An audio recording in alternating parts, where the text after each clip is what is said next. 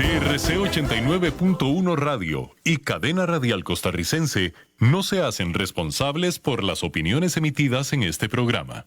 Transcomer, puesto de bolsa de comercio, presenta a las 5 con Alberto Padilla.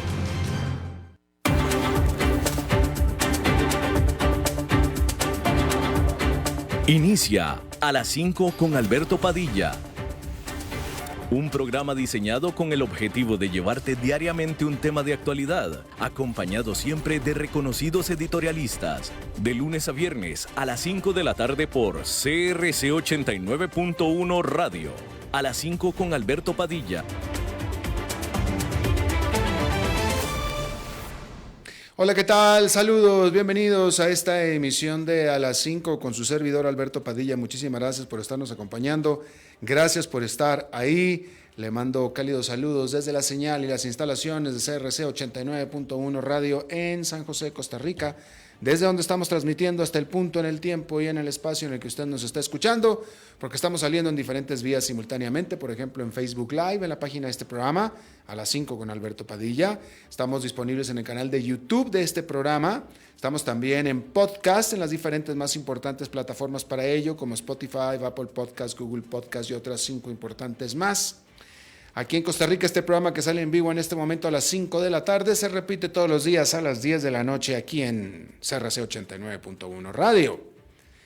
En esta ocasión me acompaña al otro lado de los cristales, tratando de controlar los incontrolables, el señor Nelson Campos, y la producción general de este programa, siempre poderosa, desde Bogotá, Colombia, a cargo del señor Mauricio Sandoval.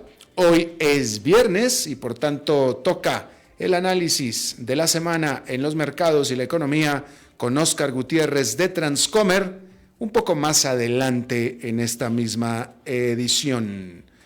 Mientras tanto, déjeme le comento que después de lo que fue un salto de optimismo, los mercados cayeron, como lo estará diciendo Óscar Gutiérrez más adelante, cayeron de manera importante este viernes, después de que pareció que hubo un rompimiento en las negociaciones para aumentar el techo de la deuda de los Estados Unidos, con lo cual se viene también el presupuesto del gobierno federal de los Estados Unidos.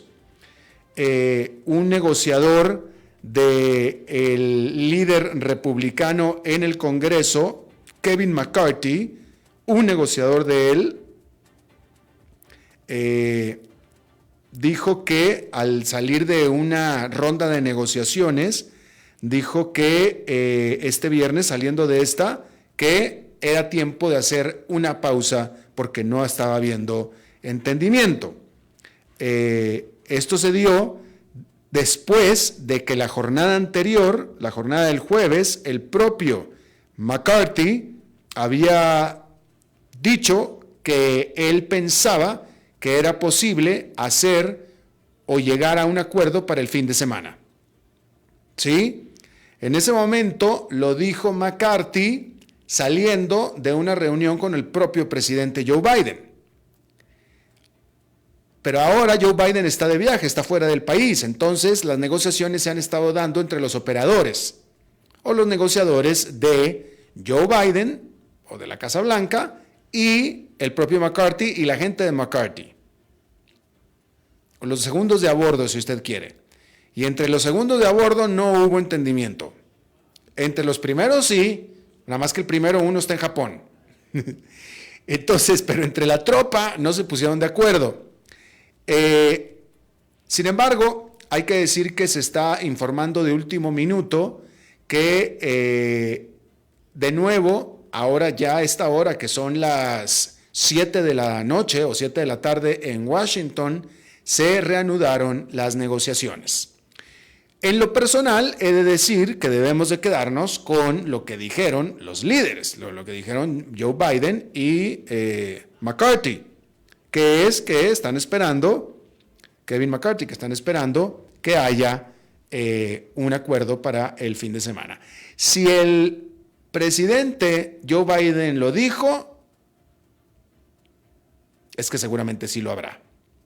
Es decir, Joe Biden está pensando hacer algunas concesiones, dado que su primera posición al respecto era que no había ninguna concesión siendo recortes de gastos sociales, que había dicho que no haría ninguno. Al momento que dice, no, yo creo que sí llegamos a acuerdo, quiere decir que tenía él recortes pensados en la cabeza. Seguramente se lo dijo así a McCarthy, por eso McCarthy también dijo, sí, yo creo que sí arreglamos. Pero cuando se lo dieron a los segundos de a bordo, ahí fue donde vino el quiebre. Pero, pues de nuevo, la intención de los líderes es que sí. Así es que hemos de pensar que para este fin de semana sí. Esperemos que sí. Bien, hay que decir que Estados Unidos y Taiwán acordaron en la primera parte de un nuevo acuerdo comercial en el que se cubren ahora áreas como son medidas anticorrupción, prácticas regulatorias y procedimientos aduanales. Después de que este acuerdo fue firmado, oficiales de Estados Unidos dijeron que los dos países discutirán otros temas, incluyendo agricultura, comercio digital y estándares ambientales. Este acuerdo, por supuesto, tiene la intención y el objetivo de profundizar los lazos entre Estados Unidos y Taiwán en medio de las tensiones con China. Y por cierto que yo aquí le comenté acerca de las dos posiciones y opiniones por separado que hicieron Warren Buffett y Elon Musk respecto de su convencimiento de que China va a moverse sobre Taiwán. Lo dijo primero Warren Buffett el fin de semana pasado y después lo dijo Elon Musk a mitad de esta semana. Warren Buffett incluso actuó sobre la materia, rematando la posesión que él tenía sobre la principal empresa de semiconductores del mundo basada en Taiwán. Inversión que apenas había realizado Warren Buffett a mediados del año pasado y que este fin de semana, bueno, mejor dicho, el mes pasado, liquidó simplemente porque dijo que el riesgo de esa inversión le parecía simplemente demasiado alta, refiriéndose a las posibilidades de que Taiwán cambie, no sea la misma en el corto plazo. Es decir, que China se mueva sobre Taiwán. Y esto se lo comento porque yo aquí, bueno, yo le establecí lo que ambos empresarios dijeron al respecto por separado, y ambos empresarios no tienen que ver nada entre sí. Pero la prensa en general no lo había... La prensa en general no lo tomaron mucho, la verdad que no lo tomaron mucho, ciertamente no hubo ningún titular al respecto. A mí me pareció muy notable, por eso yo se lo comenté aquí. Pero bueno, ya ahora, este viernes, justamente, ya CNBC, este medio, ya está sacando pues informes al respecto, puesto que es bastante importante, ¿no? Y CNBC tiene un artículo que dice: Elon Musk y Warren Buffett están sonando las alarmas acerca de China y Taiwán y por qué esto es importante para el 2024. Eso es lo que dice este artículo escrito por Kevin Breuninger de CNBC. Y ya, como debía ser, la prensa especializada está empezando a tomar nota de este asunto que es bastante importante, la verdad, porque, digo, Warren Buffett y Elon Musk no son cualquier persona, ambos bastante interesados e invertidos en lo que es esa zona del mundo, y por tanto, pues yo creo que deberíamos de darle bastante valor a lo que están diciendo al respecto. Bastante valor, francamente. Tanto valor como si lo dijera cualquier otro experto sobre esa zona. Y bueno, ahí lo tiene usted.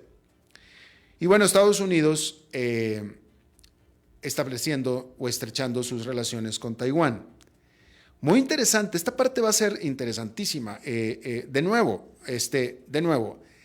Elon Musk, me encantó como lo dijo Elon Musk, porque Elon Musk dijo Elon Musk, yo no leo entre líneas lo que China dice sobre Taiwán, porque no hay nada que leer entre líneas.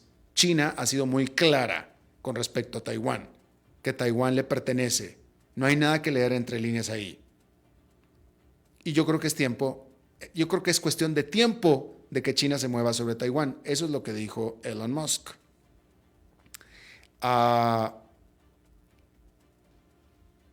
Y entonces, Warren Buffett no solamente lo dijo, sino de nuevo, accionó al respecto, actuó al respecto. Esto quisiera decir, reflexionándolo un poco, que tanto Elon Musk o Warren Buffett no creen que Estados Unidos va a defender a Taiwán, o que a China no le importa las amenazas de Estados Unidos de que va a defender a Taiwán. ¿Me explico? Porque el propio Joe Biden lo dijo, nosotros defenderemos a Taiwán si China le llega a hacer algo. Lo dijo Joe Biden. Entonces, o Warren Buffett y Elon Musk creen que a China no le importa, o es que ellos mismos creen que Estados Unidos no va a defender a Taiwán. Pero algo raro está pasando ahí. Que yo no voy a decir amenaza, pero la promesa de Joe Biden de decir que defendería a Taiwán no hace cambiar de opinión a dos de los inversionistas más importantes del mundo. Y ese es el punto que yo quería hacer. No importa lo que diga Joe Biden, no importa lo que diga el presidente de Estados Unidos, ellos de todos modos creen que China va a actuar sobre Taiwán. Y bueno, pues ahí está. Ya veremos.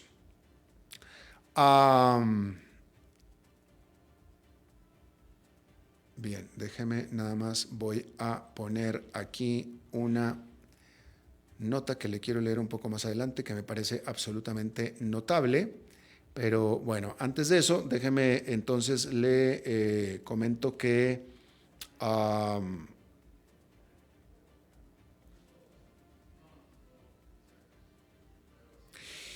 hay que decir que el presidente de Morgan Stanley, que es uno de los bancos de inversión más importantes del mundo, de Wall Street, por supuesto, el presidente de este banco, James Gorman, dejará su puesto dentro de los próximos 12 meses después de 13 años en esa posición.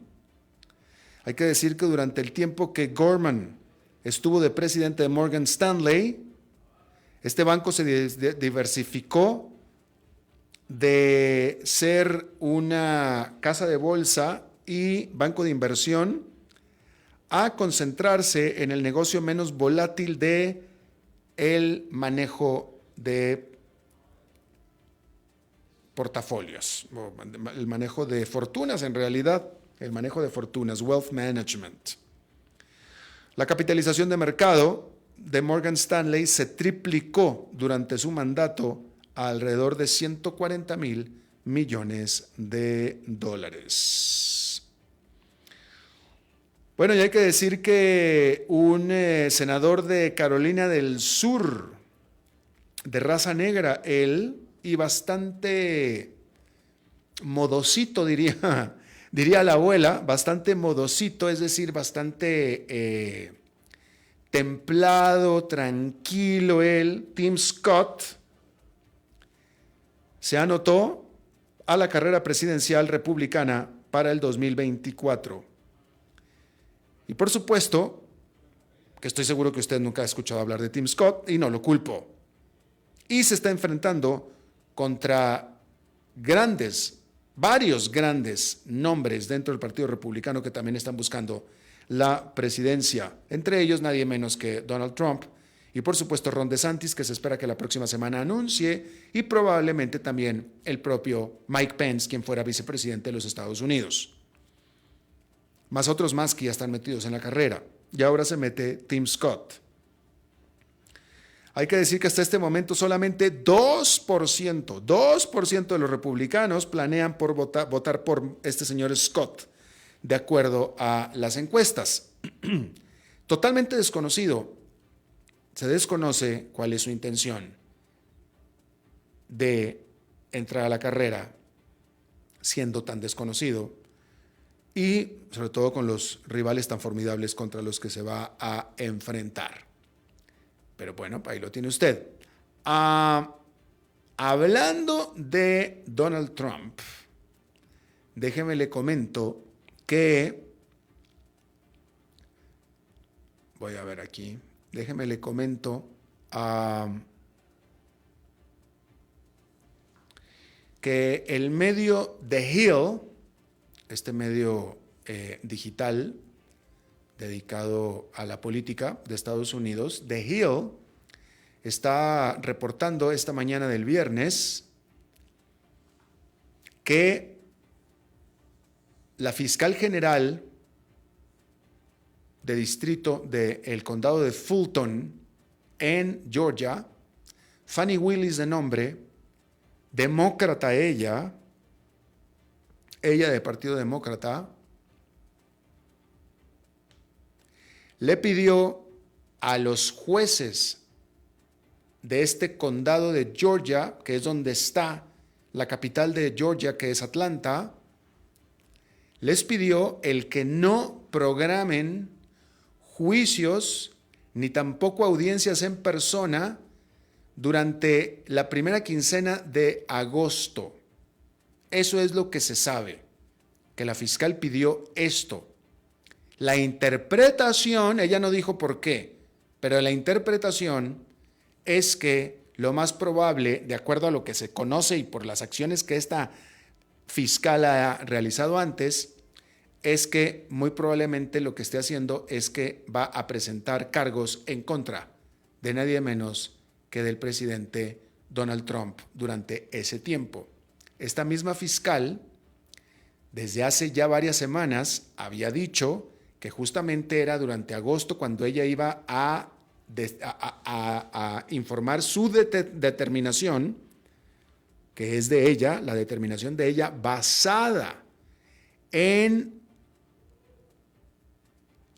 las recomendaciones de un gran jurado, el gran jurado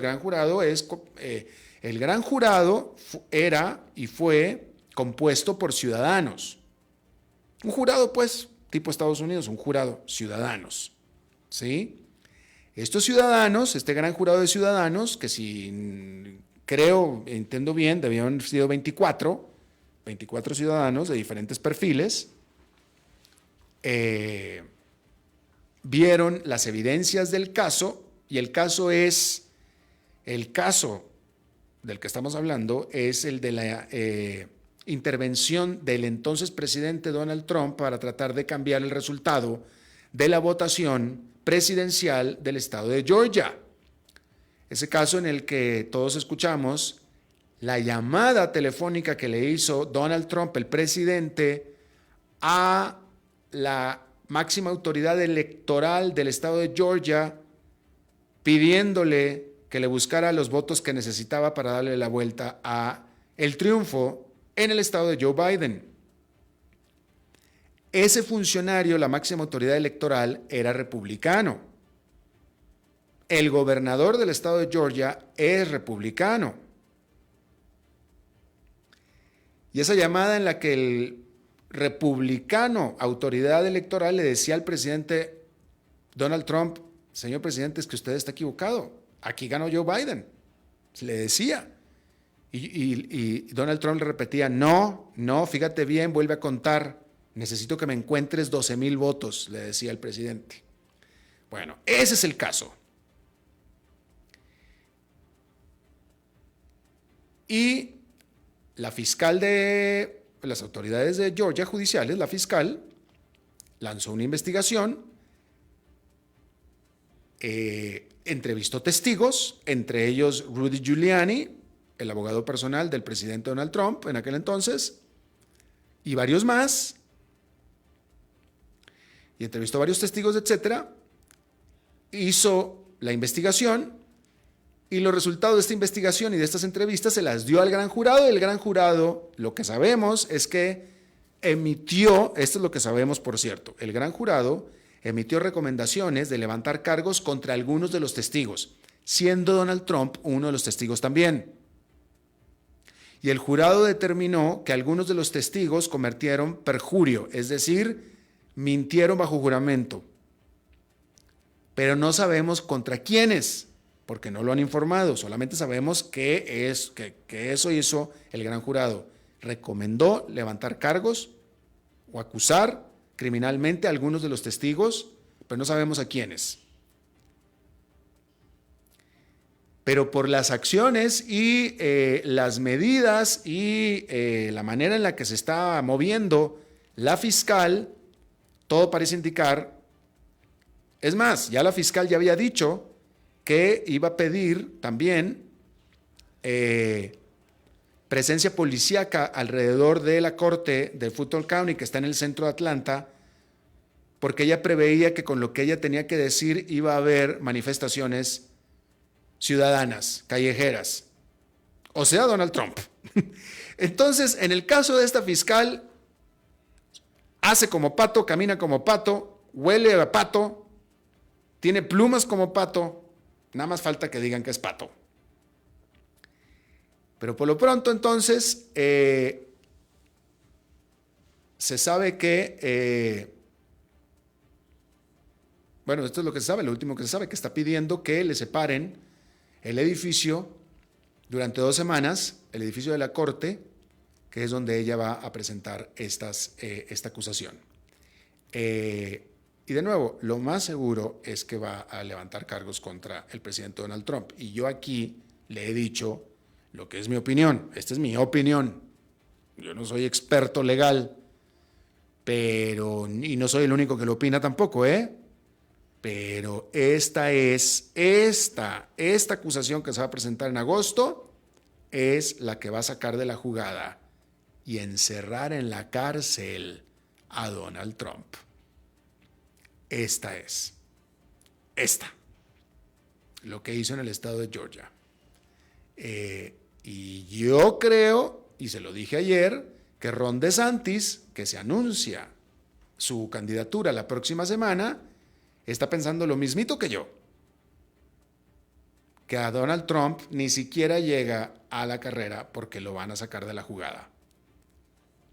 Y yo creo que por eso Ron DeSantis está entrando a la candidatura, porque está contando con que ni siquiera va a tener que hacer un debate con Donald Trump, porque lo van a sacar de la jugada. Y eso es lo que yo creo también. Así es que se confirma que es durante la primera semana de agosto cuando esto se va a dar a conocer. Bien, hay que decir que en Hiroshima, en Japón, los líderes del G7, que es este club de las democracias más ricas del mundo, iniciaron este viernes su cumbre anual. Hay que decir que la relevancia del G7 en realidad se ha disminuido, puesto que su importancia económica relativa también ha disminuido. Simple y sencillamente porque la segunda economía más grande del mundo no es parte del G7 porque no es democracia, estamos hablando de China. La participación global de los miembros del G7 en el Producto Nacional Bruto, en términos nominales, es ahora menos del 45% en el 2021, cuando a finales de los 80 era del 70%. Y claro, China ha crecido mucho y digamos que estos a lo mejor han incluso disminuido. Sin embargo, hoy en día, la Unión para Coordinar Asistencia a Ucrania y sanciones en contra de Rusia le ha dado al G7 un nuevo propósito. Decir que en esta reunión, Volodymyr Zelensky, el presidente de Ucrania, fue invitado y fue a Hiroshima en persona, con lo cual entonces la invasión de Rusia a Ucrania fue el tema principal que se habló durante la reunión del G7. Vamos a hablar del anfitrión de la reunión, que es Japón, que es el único país asiático miembro de este grupo. Y vamos a ver, Japón quiere ser pues mediador y participante en esto, porque en el mundo China está empezando a tener mayor influencia que Occidente, ya ni siquiera que Estados Unidos, que todo Occidente, ¿sí? Últimamente China se ha convertido en el mayor prestamista del mundo. Y en el mayor inversionista en infraestructura del mundo, China. Y algo que han estado empezando a notar y a darse cuenta y han tenido que aceptar Occidente y Estados Unidos es que China pone menos condiciones ideológicas que Estados Unidos y Occidente. Porque Estados Unidos, cuando llega a pedir dinero, etcétera, en primer lugar solamente se las da a las democracias y con ciertas aseguranzas sobre la democracia y libertad y etcétera. A China no le importa. A China no le importa. China le da dinero tanto a Chile como a Nicaragua. Y los dos encantados de agarrar el dinero chino o las inversiones chinas. Estados Unidos no. O Estados Unidos pide una serie de requisitos en contra de la corrupción. ¿Por qué usted cree que no hay constructoras estadounidenses en América Latina? Pues por lo que le estoy diciendo. ¿Por qué cree usted que todas las construcciones grandes de América Latina son chinas? Pues porque lo que le estoy diciendo, China no le importa nada.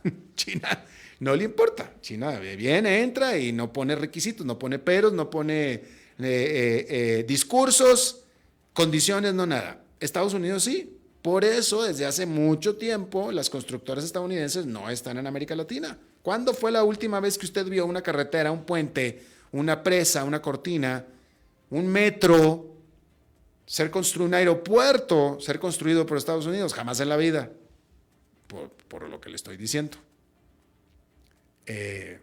Porque Estados Unidos es el que no ha querido. ¿Me explico? Porque no cumplimos con sus estándares de corrupción. Y bueno, pues ahí está. A China no le importa. ¿Sí? Y bueno, obviamente muchos países pobres en el mundo pues han sido muy afectados por esta guerra o esta invasión de Rusia contra Ucrania, porque ha hecho encarecer tanto los precios como los productos que exporta Ucrania. Ucrania resulta que es el granero de África.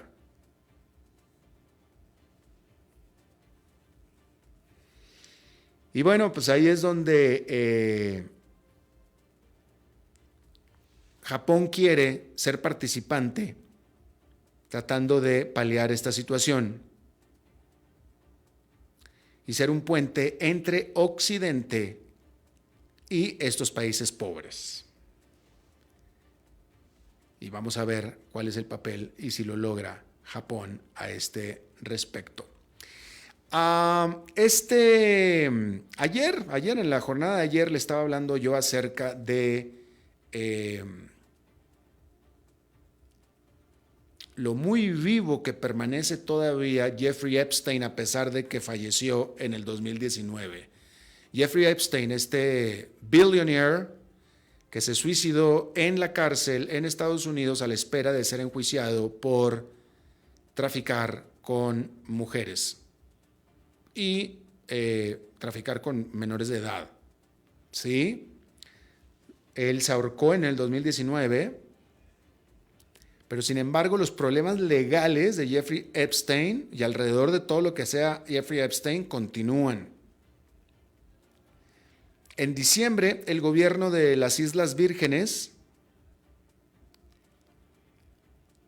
demandaron al banco JP Morgan Chase, argumentando que al proveer servicios financieros y el no reportar lo que eran, según las Islas Vírgenes, obvias actividades sospechosas de Jeffrey Epstein, el banco entonces lo ayudó, por tanto, a traficar con mujeres en su isla privada que tenía Jeffrey Epstein en las Islas Vírgenes.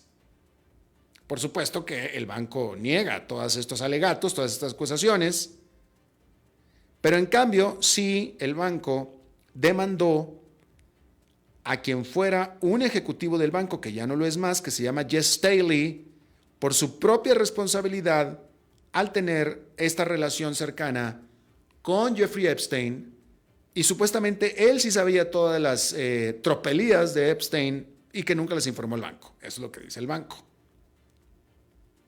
Y entonces el banco dice que es este señor Staley el que debería pagar cualquier cosa que tenga que pagar y no el banco, pues el que sabía era él, pero no el banco. Bueno, pues hay que decir que los abogados de esta persona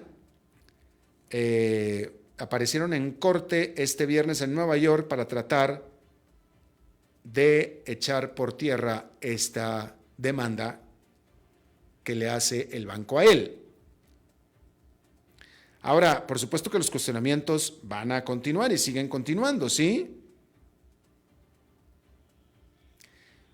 Las Islas Vírgenes ahora también están pretendiendo darle un citatorio a declarar a nadie menos que Elon Musk sobre las supuestas comunicaciones que tuvieron Elon Musk y Jeffrey Epstein.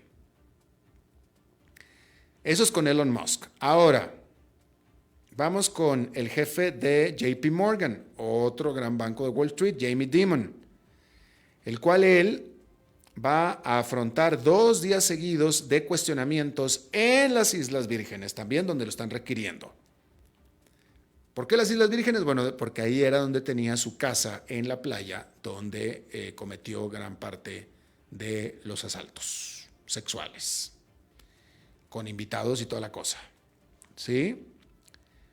Y bueno, y la noticia más importante de esta semana fue que el Deutsche Bank, el banco más importante de Alemania, tuvo que pagar $75 millones para arreglar acusaciones en otro caso diferente de que se benefició este banco por el tráfico de mujeres que hizo Epstein, mientras que Epstein era cliente de este banco. En este caso, muy raro y muy extraordinario, en el que todo lo que tocó el ahora muerto se ha convertido en problema. La propia pareja de Jeffrey Epstein está ya también en la cárcel. Está también en la cárcel. Y ahora, de nuevo, todo lo que tocó y todas las relaciones que tuvo están manchadas, bastante manchadas. Yo nunca había visto titubear de nervioso a Bill Gates, nadie menos que Bill Gates. Cuando el año pasado, en una entrevista totalmente irrelacionada,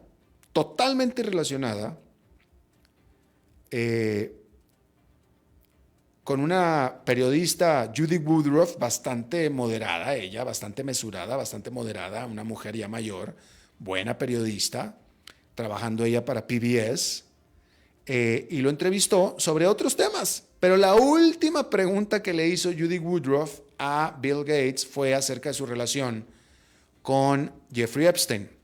Que hay que decir que no necesariamente eran amigos Bill Gates y Jeffrey Epstein, pero sí se reunieron porque, como usted sabe, Bill Gates maneja la Fundación Gates y al parecer creo que se reunieron para ver si Epstein donaba dinero a la Fundación de Gates.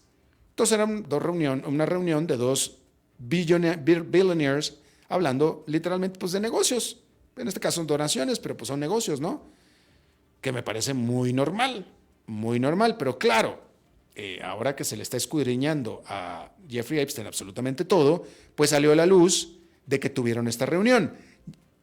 Gates nunca fue señalado por nadie de haber ido a algunas de las casas o fiestas que hizo Jeffrey Epstein. Jamás, nunca. Gates no. A diferencia de el príncipe de Inglaterra, que tuvo que renunciar y todo por su relación con Epstein y otros más.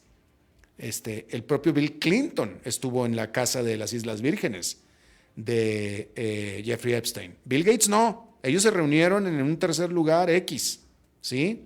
Pero bueno, el punto es que le cuestionó o le preguntó Judy Woodruff a Bill Gates sobre esa reunión con Epstein y no se la esperaba Bill Gates, y yo nunca había visto a Bill Gates titubear de nervios nunca lo había visto titubear de nervios sobre nada, pero acá titubeó y tartamudeó, y al final, cuando no supo ni qué decir, dijo, pero mira, ya se murió, ya ni vale la pena hablar de esto, ya está muerto ya. Básicamente terminó diciendo eso. Pero fue muy revelador, y es muy revelador cómo todo mundo está literalmente asustado por la cadena esta de mala suerte y de mala augurios que ha traído a todo lo que ha tocado el difunto hace ya 4 años Jeffrey Epstein, incluyendo el propio Bill Gates, que se veía, daba lástima verlo así de nervioso al tipo, daba compasión, literalmente. Bueno, vamos a hacer una pausa rápida y regresamos con Óscar Gutiérrez. A las 5 con Alberto Padilla, por CRC 89.1 Radio. Es claro que estás escuchando un anuncio publicitario. Sin embargo, aquí están los hechos. De cualquier forma que se mida la calidad, el porcelanato es 4 veces más resistente a la cerámica. Y si querés comprar porcelanato a precio de cerámica, solo hay una opción, y es Porcerámica, número 1 en porcelanatos. Tiendas en Lindora y Coyol, porcerámica.com. Estamos aquí reunidos para celebrar lo que será una unión, esperemos eterna, entre ustedes dos. Luisa, ¿tenés suficientes activos líquidos en tu portafolio de inversión? Sí, y lo tengo bien diversificado por nivel de riesgo. Jorge, ¿tenés ya listo tu fondo de emergencia? Primero que todo, no. Y segundo, Luisa, ¿no se supone que este era el padre que nos iba a casar? Ay, no, amor. Eso todavía no. Este es un asesor de Transcomer. Y bueno, tenemos que hablar de tu falta de fondo de emergencia. Transcomer, puesto de bolsa de comercio. Construyamos juntos su futuro. Somos expertos en eso. Es claro que estás escuchando un anuncio publicitario. Sin embargo, aquí están los hechos. De cualquier forma que se mida la calidad, el porcelanato es 4 veces más resistente a la cerámica. Y si querés comprar porcelanato a precio de cerámica, solo hay una opción, y es Porcerámica, número 1 en porcelanatos. Tiendas en Lindora y Coyol, porcerámica.com.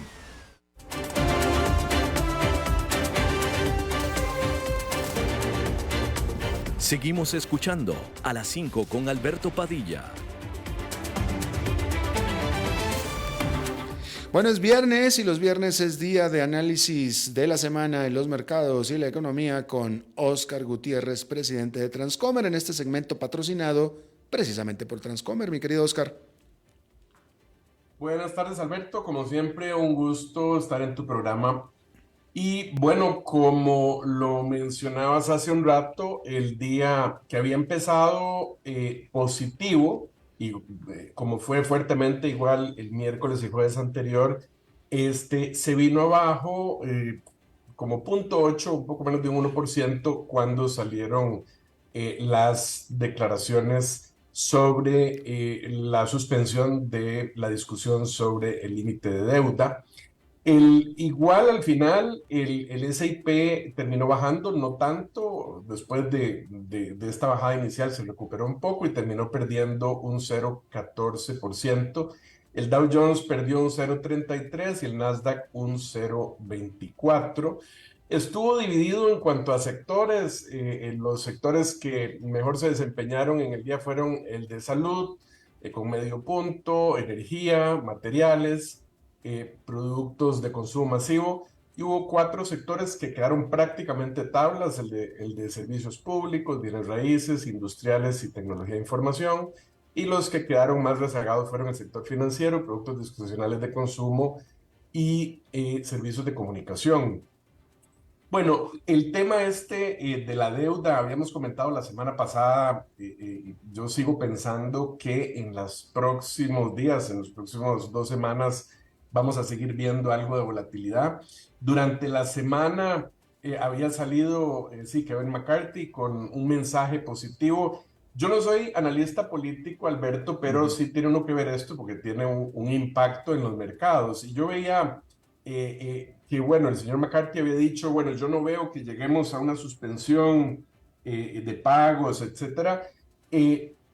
Después, viendo comentarios de algunos analistas, decían, bueno, eso no significa que él tenga una posición suave necesariamente, sino que si él muestra que tiene una posición muy dura, el público podría interpretar que si no se llega a un acuerdo es culpa de él. Entonces tiene que mostrarse positivo hasta cierto punto para que si al final en una posición dura él pueda echarle un poco la culpa a los demócratas. Y este es el juego que han venido dándose entre los dos grupos desde hace meses ya y que se va intensificando conforme se va llegando a la fecha límite que había anunciado anteriormente la secretaria Janet Yellen del 1 de junio, en que había anunciado que se podían acabar básicamente los fondos. Yo ahí tengo una sospecha, te adelanto, Alberto, y es totalmente especulación mía, pero yo creo que al final una carta que se puede sacar de la manga Janet Yellen, al final si nos acercamos mucho, de mucha volatilidad,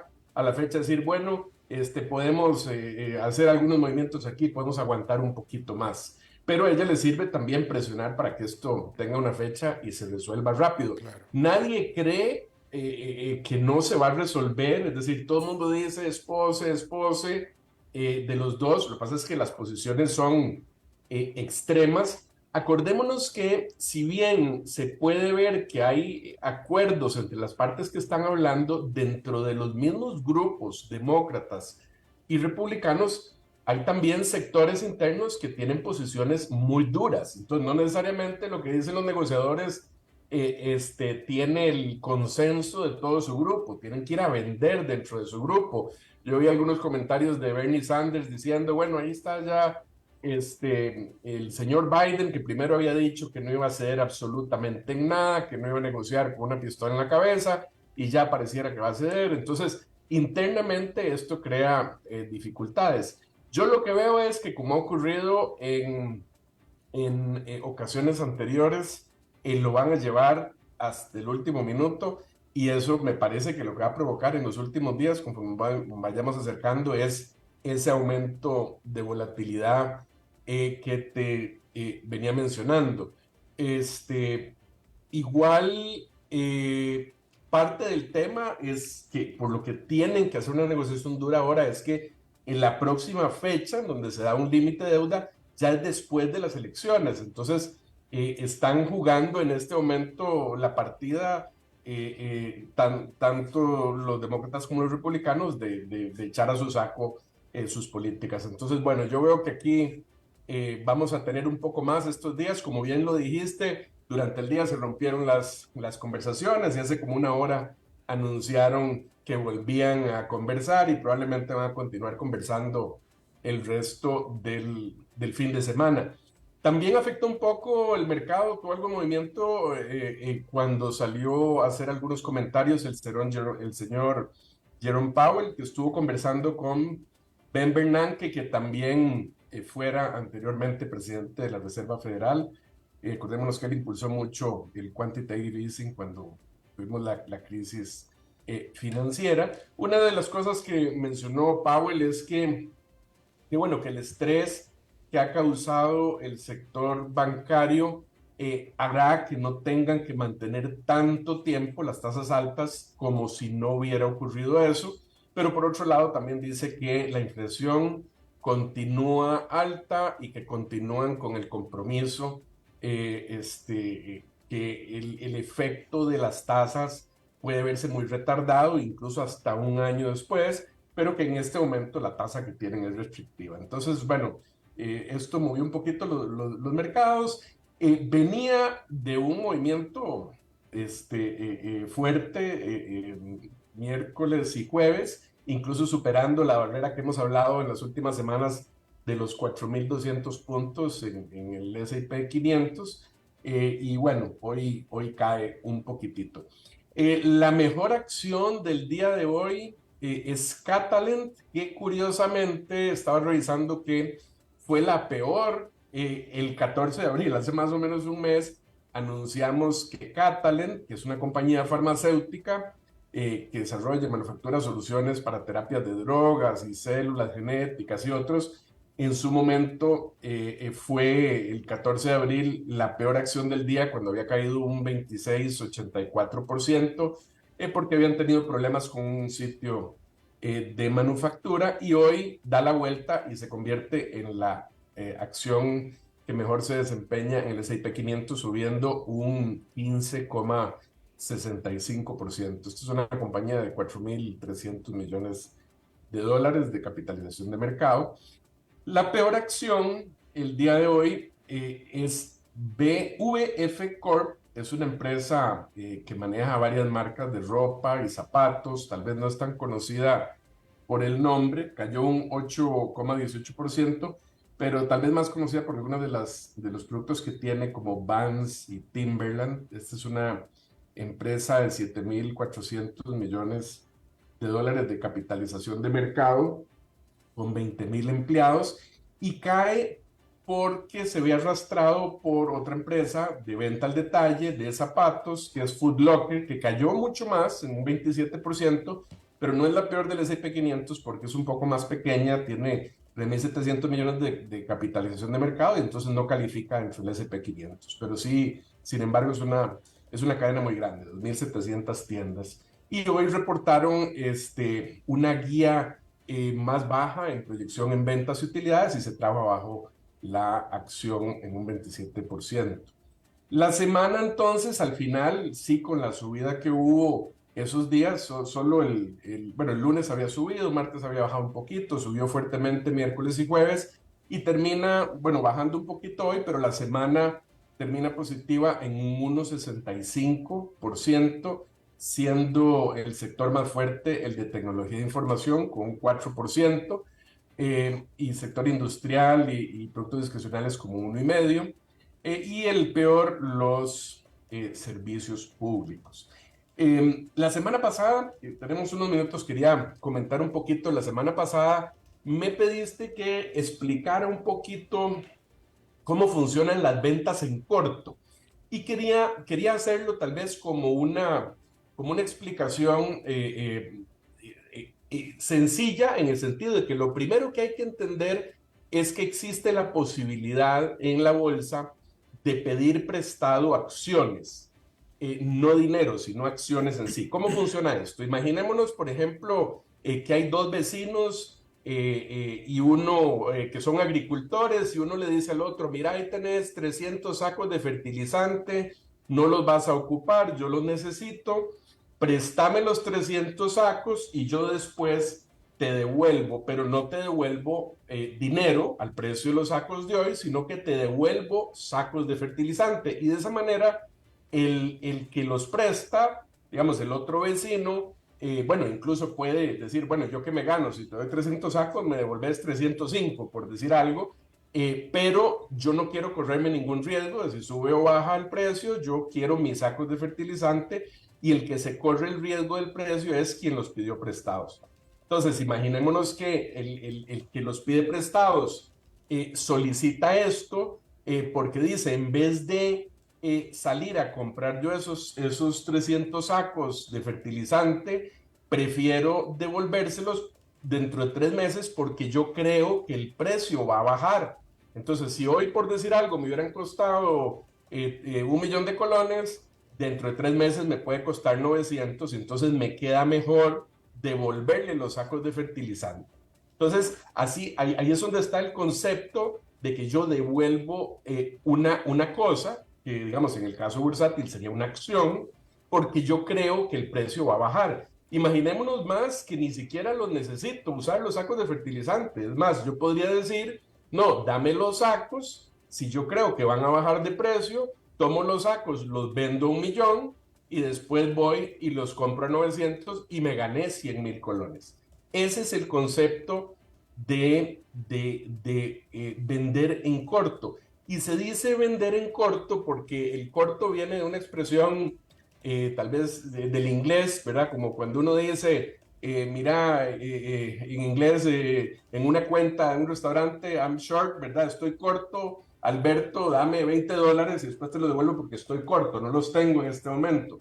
Entonces, estar corto es eso, es no tenerlo, y de ahí viene también el término que se utiliza bursátil de estar largo, que es lo contrario, es cuando yo tengo algo. Entonces, el tema de vender corto es cómo hago yo para vender algo que no tengo, y el mecanismo es eso, yo lo pido prestado, lo vendo, después lo compro a otro precio y recupero.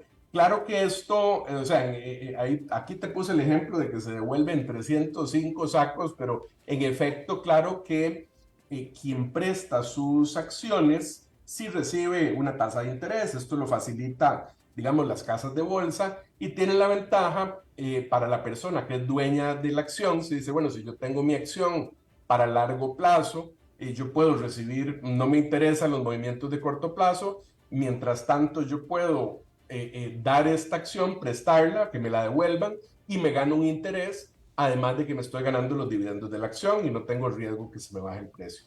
Entonces, este costo financiero se le traslada a la persona que está pidiendo prestado las acciones, y se gana una parte la casa de bolsa y se gana otra parte quien puso en las acciones. En este caso, para poder hacer eso, siempre se requiere un margen. Entonces, por ejemplo, si yo, digamos, creo que las acciones de Microsoft van a bajar y vendo $100,000 en acciones, la casa de bolsa me pide una diferencia, me pide, digamos, que ponga un margen de respaldo, digamos, de un 20%. Entonces yo tomo las acciones, las vendo, recibo 100,000 en efectivo, $100,000, no es que los puedo utilizar, quedan ahí respondiendo hasta que me salga de esta posición en corto, y tengo un colchón adicional de $20,000, por ejemplo, por si el precio se mueve en mi contra. Es decir, si las acciones bajaran,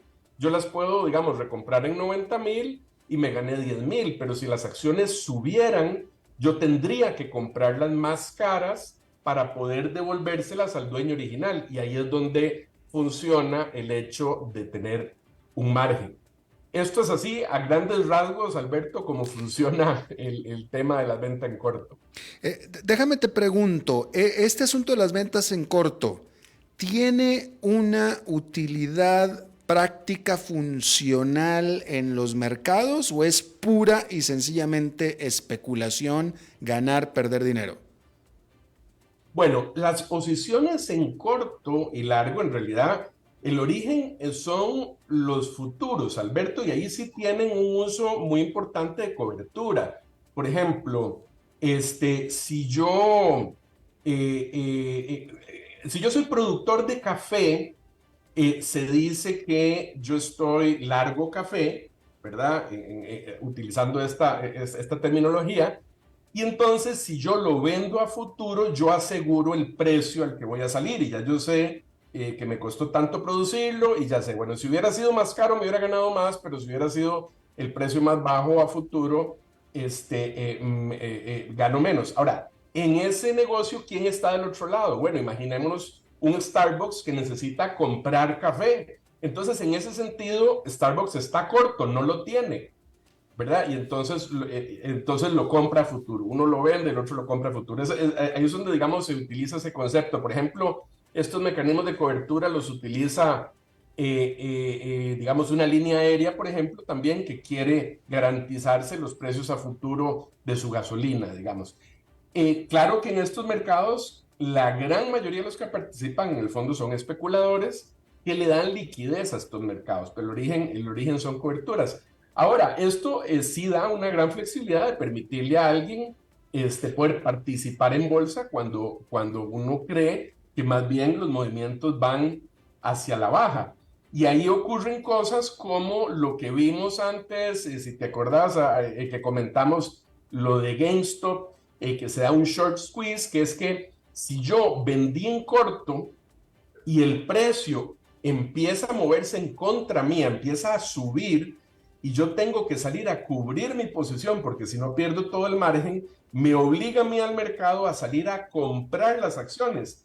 Y si hay un movimiento fuerte hacia arriba y hay mucha gente que vendió en corto y salen todos a comprar, crea más presión hacia el alza y eso crea un círculo vicioso que hace que se dispare la acción. Y eso es lo que se llama en inglés un short squeeze o apretar a los cortos. Y era la guerra que se daba entre los de Reddit que decían compremos y compremos GameStop contra los fondos de cobertura que habían vendido en corto esas acciones. Y por eso es que se daba esa pugna fuerte entre ellos. Pero bueno, es un mecanismo de decir, si yo creo que una acción en vez de subir va a bajar, pues es una posibilidad de poder ganar dinero en ese movimiento.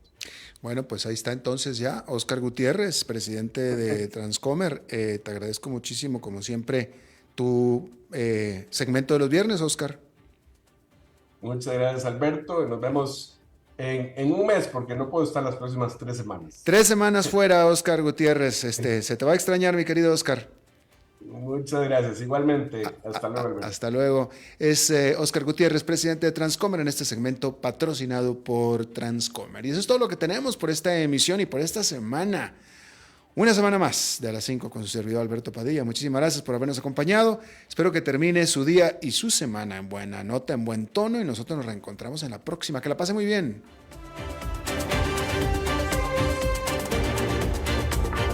Papi, este es el muchacho del que te hablé. ¡Carlos! Ah, sí. Usted es el famoso. Sí, señor, mucho gusto en conocerlo. Quiero que sepa que mi relación con su hija es algo muy serio. Sí, papá. Estamos listos para tener un futuro juntos. Ah, sí. Pues cuénteme, ¿cómo están sus finanzas? Su portafolio de inversión, sus activos líquidos y el balance general del presupuesto de la pareja. Ya saben, ingresos y gastos. ¿Qué cosas? ¡Ay, papi! Sí, porque ya saben, para estar listos, primero hay que prepararse. Transcomer, puesto de bolsa de comercio. Construyamos juntos su futuro. Somos expertos en eso.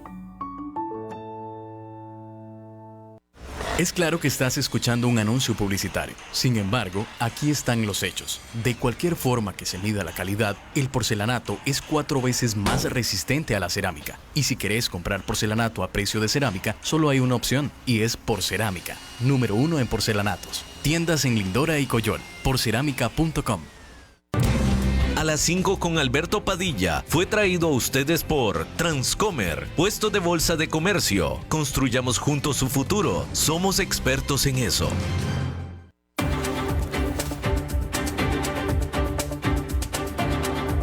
Concluye A las 5 con Alberto Padilla. Un programa diseñado con el objetivo de llevarte diariamente un tema de actualidad, acompañado siempre de reconocidos editorialistas, de lunes a viernes a las 5 de la tarde por CRC 89.1 Radio. A las 5 con Alberto Padilla.